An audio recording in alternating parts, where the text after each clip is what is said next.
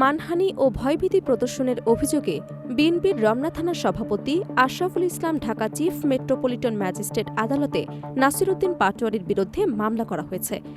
৮ March সকালে দায়ের হওয়া মামলায় উল্লেখ করা হয়েছে, ঢাকা ৮ আসনের সংসদ সদস্য মির্জা আব্বাসকে নিয়ে সামাজিক যোগাযোগ মাধ্যমে দেয়া বক্তব্যকে কেন্দ্র করে এই পদক্ষেপ নেওয়া হয়েছে। মেট্রোপলিটন ম্যাজিস্ট্রেট মোহাম্মদ হাসান শাহাদাতের আদালতে আবেদনটি জমা দেওয়া হয়। বাদীপক্ষের আইনজীবী মোহাম্মদ আমিরুল ইসলাম জানান, আজই মামলার শুনানি অনুষ্ঠিত হবে। মামলার আবেদনে বলা হয়েছে, ত্রয়োদশ জাতীয় সংসদ নির্বাচনে ঢাকা ৮ আসনে মির্জা আব্বাসের কাছে পরাজয়ের পর থেকে নাসিরউদ্দিন পাটোয়ারী সামাজিক যোগাযোগ মাধ্যম ও অনলাইন পোর্টালে মানহানিকর মন্তব্য দিয়ে আসছেন। সর্বশেষ ৫ মার্চ তিনি ফেসবুকে মির্জা আব্বাসকে বাংলাদেশ ক্রিমিনাল র্যাঙ্কিংয়ের নাম্বার 1 গডফাদার আখ্যায়িত করেন।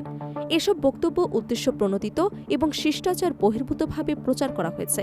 নির্বাচনের ফলাফল ঘোষণার পর পাটোয়ারী ভোট গণনায় ব্যাপক কারচুপির অভিযোগও তোলেন। মামলার মাধ্যমে আদালতে প্রমাণের মাধ্যমে মানহানি ও ভয়ভীতির অভিযোগ যাচাই করার অনুরোধ জানানো হয়।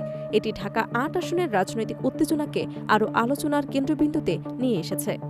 Desk report, Dhaka.